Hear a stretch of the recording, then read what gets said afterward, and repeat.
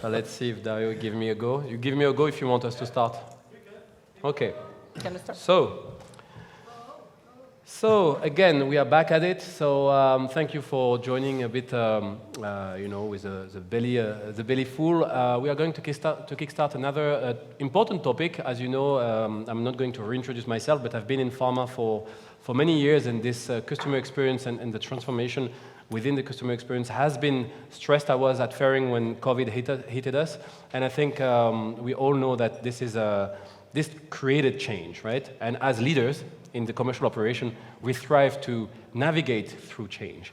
So the title of this panel is going to be on reassessing now the relevance of that omnichannel topic that we are talking about for, I don't know, like a decade now, right? Let's be honest, it has been something like in the garage for so long.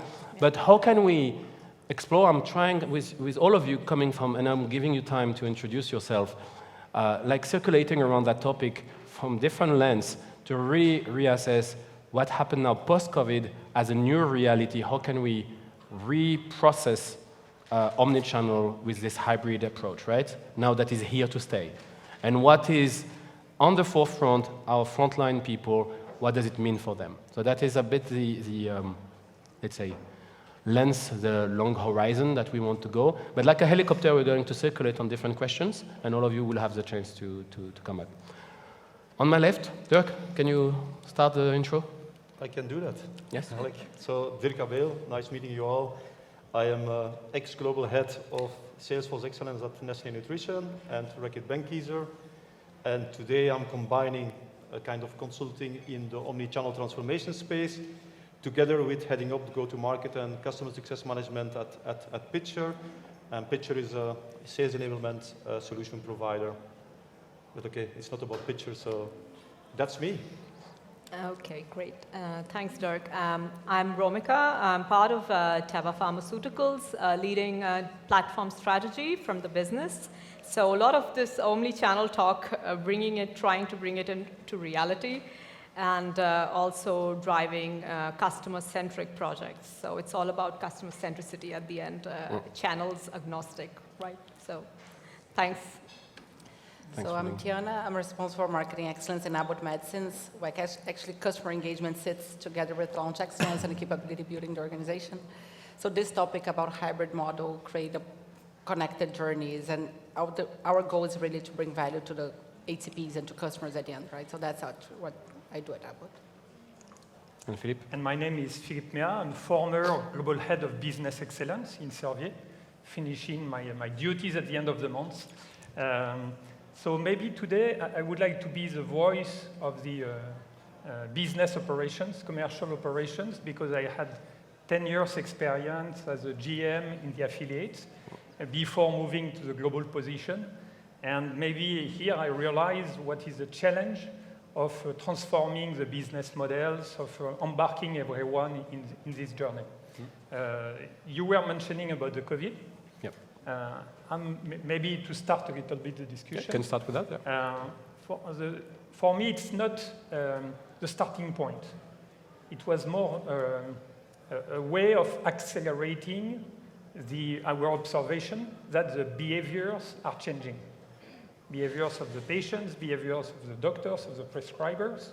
And the question is how we can capitalize on this observation to go further. That's why when we today see the face-to-face moving back to the business model, it doesn't mean that we have to forget all what we learned over the last 2 to 3 years. We have to capitalize on it. So face-to-face, of course, is the main channel. It's a very efficient one. We know that the MedRep is a main point of contact for our customers. At the same time, there are other channels existing. There are needs which are not catched by this former model. And of course, it's key to go further, to investigate, and to implement, to make the effort to implement this omnichannel approach. Maybe some of the resistant people are happy about that, and they try to, to argue, saying, "Hey guys, so it's back to normal. What we learned, where we grew up." For some others, maybe some executives who were expecting that the sales force, at the end of the sales force, we all move to digital, they are a bit disturbed. And we are in the middle of that. And how can we deal here with such kind of things?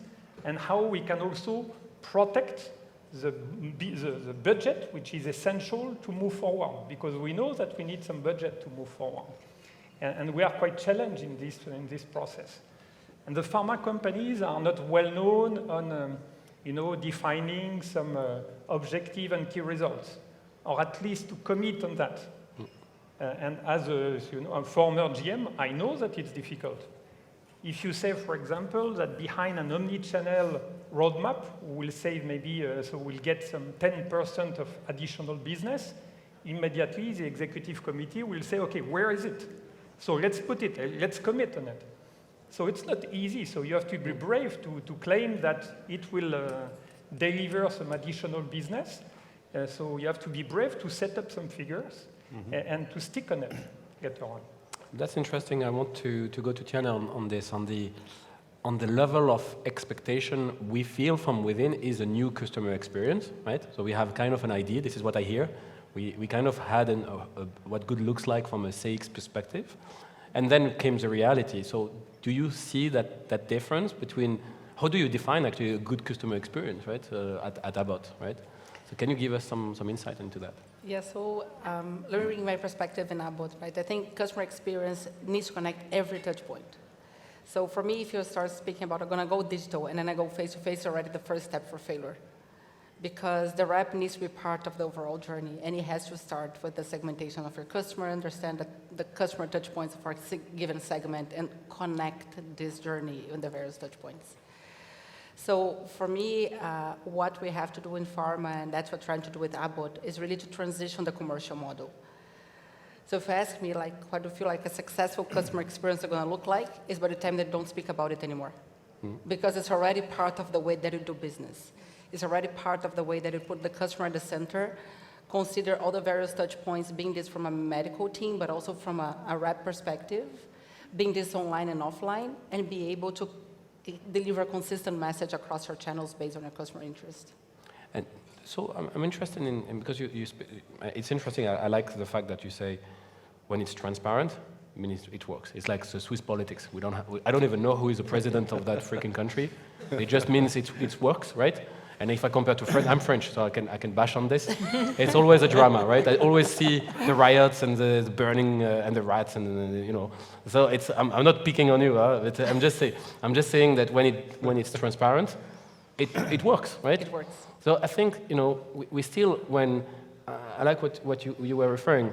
When it comes real, when the board is saying, "Show me the money," right? So now I like the plan. You want me to put fuel in it? Show me the money. How do we structure this internally? Do we have a new kind of sales force for non-personal promotion? Do you create hybrid reps? I mean, the reality is this, right? At some point, you have people on the ground, and they're saying, I don't know how to answer a chatbot online. It's not part of my job description. So how do you structure this potentially, for example, at Teva? Do you have a definition of a model that works for you? So to structure this, essentially, we need to have a very, essentially, a KPI framework, like we said in the past panel as well, customer engagement framework. What are the KPIs? What are the success metrics across, right from top down, if we can come up with agreed on measurements that can actually, KPIs that can actually relate to, and everybody is accepted. Because sometimes what happens is in the markets, there's a certain pushback saying that I cannot commit to it. I'm sorry, because we are saying that yes, digital is needed, omnichannel is essential. We have the sales force, but we have to go for the hybrid reality now. We can't go complete digital, complete physical. At the same time, we need to be and in the same organizational change management is needed to agree on these are the success measures. We will agree on them, not hold you against them, also to celebrate failures at the same time. so that we are not really cornering any market or any GM, for example, to sort of get a financial risk attached to it as well. So we are saying X amount of dollars we are spending in a certain project, which we see a potential. So we are aiming for a potential, but not really holding accountable to that extent that if it fails, because we are going through a new wave of change again, and we should not penalize at the same time, keeping a little bit of an option of experimentation as well. It sounds that, at least it's not just Teva, but it sounds that the industry is sometimes opening to new models, trying a lot of things, and then trying to just come back to something that works, right? Coming back to the roots. And it feels to me that when I hear you speak, it's all about, defining what good looks like. It's not vanity metrics that come from fancy consultants, but basically having anchors in the business unit contribution, time to market, the potential of retaining a segment in the prescription panel, right? The reality of this is becoming more difficult if you start looking at a portfolio that is mature, launch sequence, and then you have your resource constraints. Exactly. Then comes the reality that those omnichannel setup are costly, right? This is where I'm looking at kind of the tech counter side here. Can you give us some perspective on what are the solutions actually to come maybe accelerate time to market, facilitate those business models to penetrate pharma? The thing that I would like to say first is that for me, it's not about making it more expensive because, as you said, depending on maturity of your portfolio, the geographies you are, the commercial power you have in-house, are all factors which are going to interfere. But before I talk about technology, and I would like to rebound a bit on what I heard from my colleagues here, starting from COVID, because I think it's important to remember, it's for the first time that healthcare providers had the power to push a mirror straight in our face from the industry, to say, hey guys, when you were there sitting in a waiting room till I was opening the door and you were coming in, now I have the power to decide, do I let you in, yes or no, through a digital channel. So the power shift was there, and it highlighted even more the importance of bringing value across all the touch points and independently from the touch points. And that's where technology obviously will play an important role. But also, and we spoke about it this morning, and we'll keep on talking about it endlessly, about customer experience and engagement. Do we do sufficient, do we understand sufficient what our HCPs really want and what their patients want? Because at the end of the day, I think in any pharma organization or health and life science organization, we want to delight the customer or the patient. No? That's true. Right? So have we built that understanding and that belief strongly enough within the organization? And then you can start looking at, okay, what are the most relevant channels that we need to engage? What is the purpose of the engagement? Because I always like to give an example. We were talking about face-to-face. Obviously, me having been a medical rep, I loved going and see a doctor. But maybe the doctor says, okay, Dirk, maybe once in a while I want to see you face-to-face, but I'm also happy remote. And the advantage is you can invite some of my peers and we can have a more interesting discussion. So the purpose will already dictate which kind of channels we could and should use for that. If it is about, hey, I want to have access to content wherever I am, whenever I want, for that I need to have a microsite or a portal or a branded website or whatever. Again, different purpose, different channels. And also to say, hey, I want to stay up to date. I want to go to beautiful Bhowmick and to learn what is happening there. So from a CME perspective, or I want to see a webinar live or on demand. So there are all questions we need to answer from a purpose perspective, because then we can only say, okay, now we understand what the customer is looking for, what they're expecting, and which channels they are most close to interact with. And then we can say, now, let's look at our technology. So yes, so it's interesting. So you are saying that know your customer, know it better, know the context, use the data, and then bring purpose to the conversation. That's what I hear from. And implement a feedback loop, because every interaction is to be able to feedback to make sure that you're going the right path, right? Yeah. Because I think it's interesting. Quite often I receive a question, Tiana, what is the right ratio between online and offline, being face-to-face and digital? Yeah. It's not me that I have to ask, right? It's our customer. Yeah. So if you really understand the profile of your customer, the person that you're interacting with, and you have the right data for you to be able to profile, to segment, and understand what matters to them, then you can actually select what is the right mix between if you're going to send a face-to-face rep or if you're going to go for an online interaction. And that mix and that sequence is looking different from one therapeutic area to the other, one market to the other. Yes. This is coming back to the data, right? Yeah. So if you start knowing the data around your customer, then the relevance and the personalization start to kick, yeah?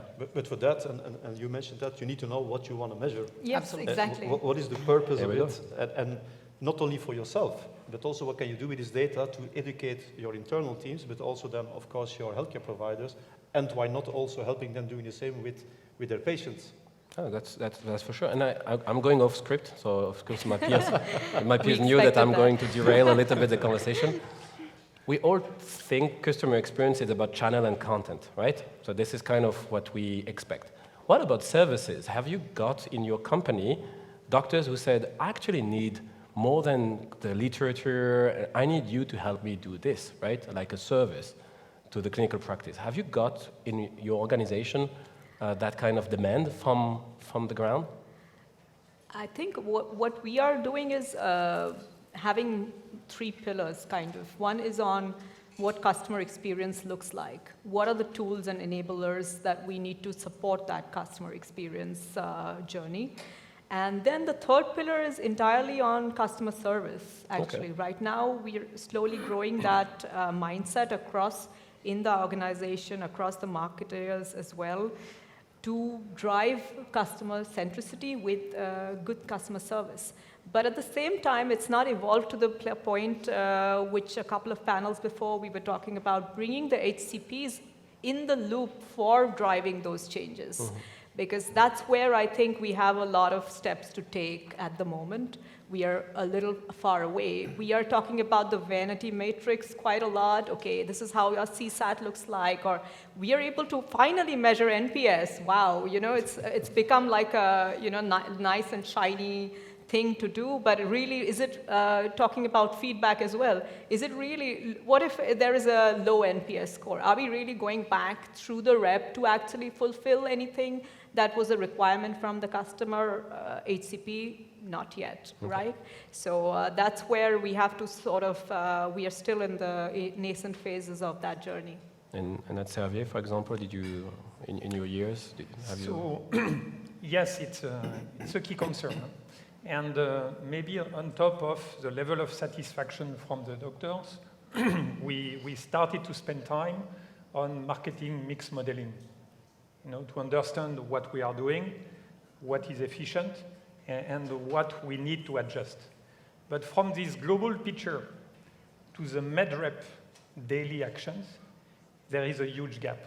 Mm-hmm. And we must keep in mind, for example, the level of complexity today we transfer to the med-reps.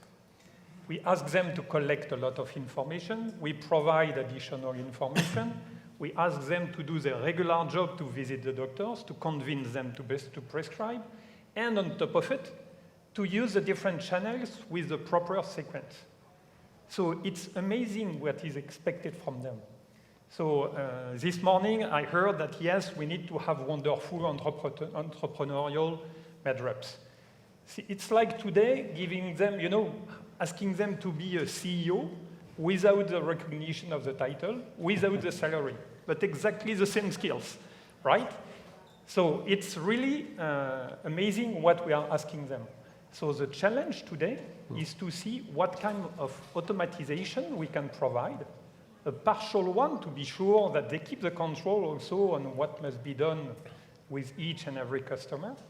And this is where comes again the problem of the budget, yeah. Because we know that to set up a proper ecosystem with this automation, it's a lot of investment. Correct.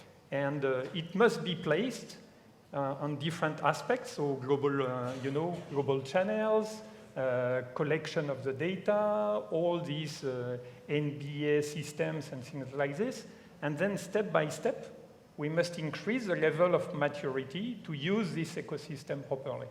It's almost like there is a connection here, because you are saying basically the rep needs more automation, more support. He's still going to drive the car. Maybe he has an automated gearbox, but he's still going to drive it. But At the same time, the amount of data technology that the mothership needs to handle is going to increase, and this calls for an opportunity to actually look at it as a same company. So potentially what is under the hood is going to be the same engine. It's almost like we are describing here that the last mile of the relationship is still going to be, personalized, either by a multi-channel, either by the rep, but some of that piece is going to be centrally connected, and this is where it comes back to your point, yeah? I think if I can add something to what you just mentioned, Alleg, is the word involvement. Involving the rep and involving the HCP. And I want to link it back to what your question first was saying, service. And when I was in Reckitt, we had a very nice experiment with it. We wanted to bring a personalized portal based on our segmentation model, blah, blah, blah. And it didn't fly for 1 meter till we involved HCPs and their reps in conceptualizing, working on the UI and the UX. And today, it is still flying and became really a role model for a lot of other countries in that company. Because they own the solution. No, I think, so we are describing, we are arriving to the last pillar of the panel, but it's always, we are humans, right? We are people in companies. So it means that to achieve that kind of sacred land, of omnichannel kumbaya and everyone is happy, it seems like we have to fix the employee experience as well, right? We need to take people with us. Do you have tips or something to give on how, maybe where you failed and you find a way to not fail again, right? On taking the organization to that type of transformation, because it sounds pretty big, right? As an impact inside. Who wants to start? Maybe from Teva. I would say that we have to create certain training and learning modules to actually empower them also, and not to overburden them with too much content and information.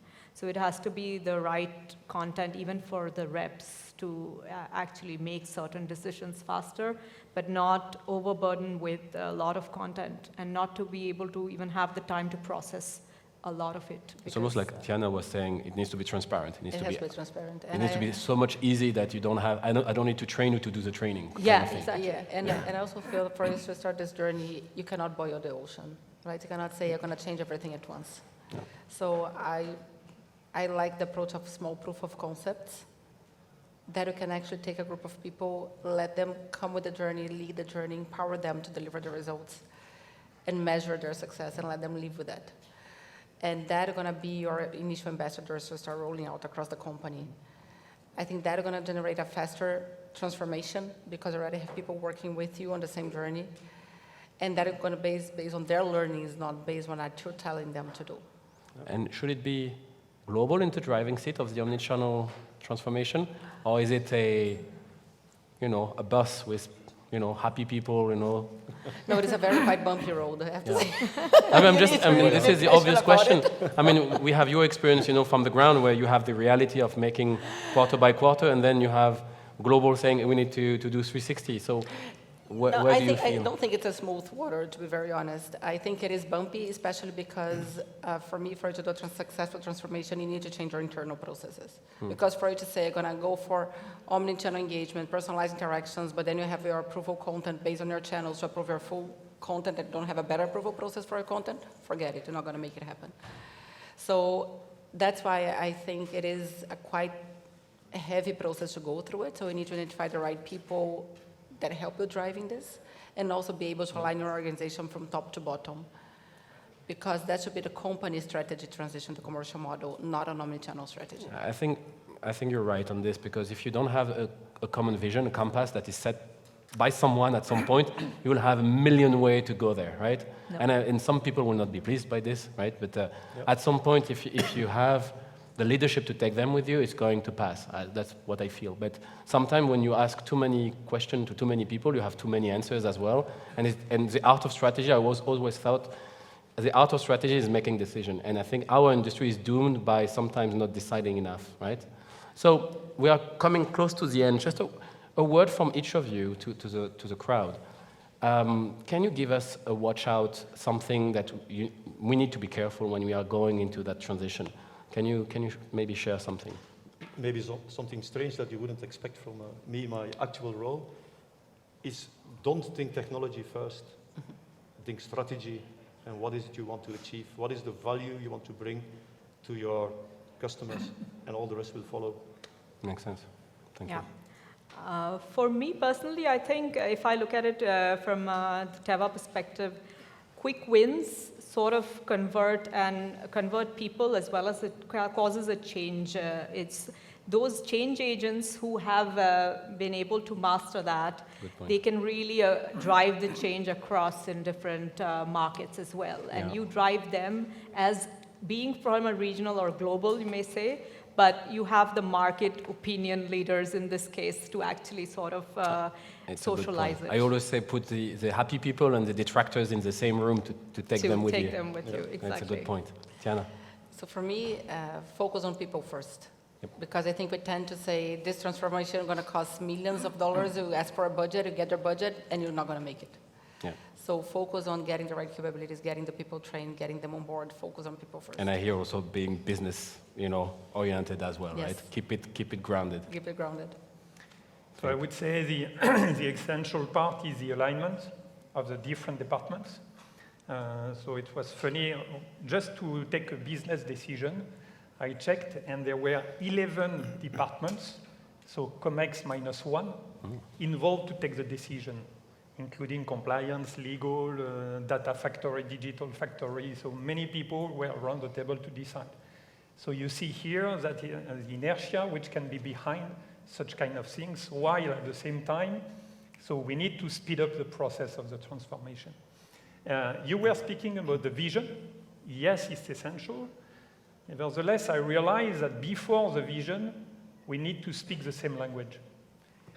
And we have the feeling, being involved in this topic for now months, years, we start to be comfortable with that. But for some commercial operations guys, it's not the case. When we speak about when they speak about omnichannel, sometimes it's because they combine face-to-face, some emails, and webinars that they organized.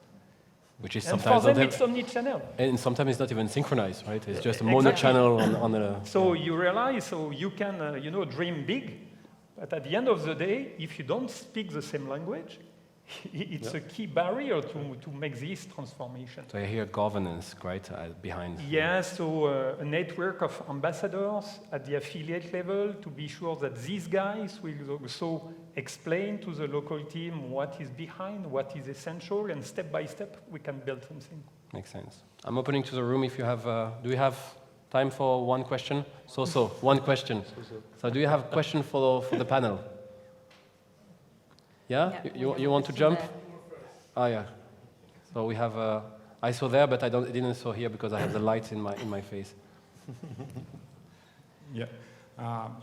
Thinking of customer experience and omnichannel, so what do you think will be someday some sort of Uber for healthcare professionals when they somehow trigger the omnichannel interaction with them, not the other way around? Who wants to take that? Yeah. So, I try to understand.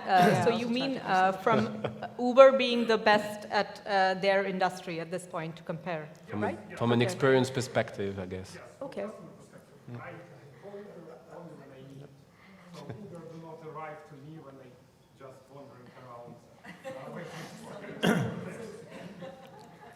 I would say just, I'll take one stab at it and then everybody else can. I feel that personas are also evolving in HCPs. So as soon as we are able to see the new age HCPs, now we are in this state of a phase where they were more used to the physical interactions. And slowly there's a hybrid, of course, because of the reality of acceleration post-COVID. And after that, probably the new generation of HCPs will be more accepting. And then, of course, we'll have to play a catch-up. So this is like really playing a catch-up for the future already, because we will see the way we interact with Uber being the common interaction probably for them, our future HCPs. Yeah, and I just want to compliment on this. I think it's also part how we jointly have to evolve as an industry, because We believe that we have to send reps to have face-to-face interactions to every single HCP, which is actually not true if you want to transition to a customer-centric approach. There are some HCPs that they don't want to have face-to-face interactions. So they're going to leave the Uber model. They're going to go on demand to any other channel that are going to enable for them to know better about your systems and products, and they're going to drive the interaction on their way.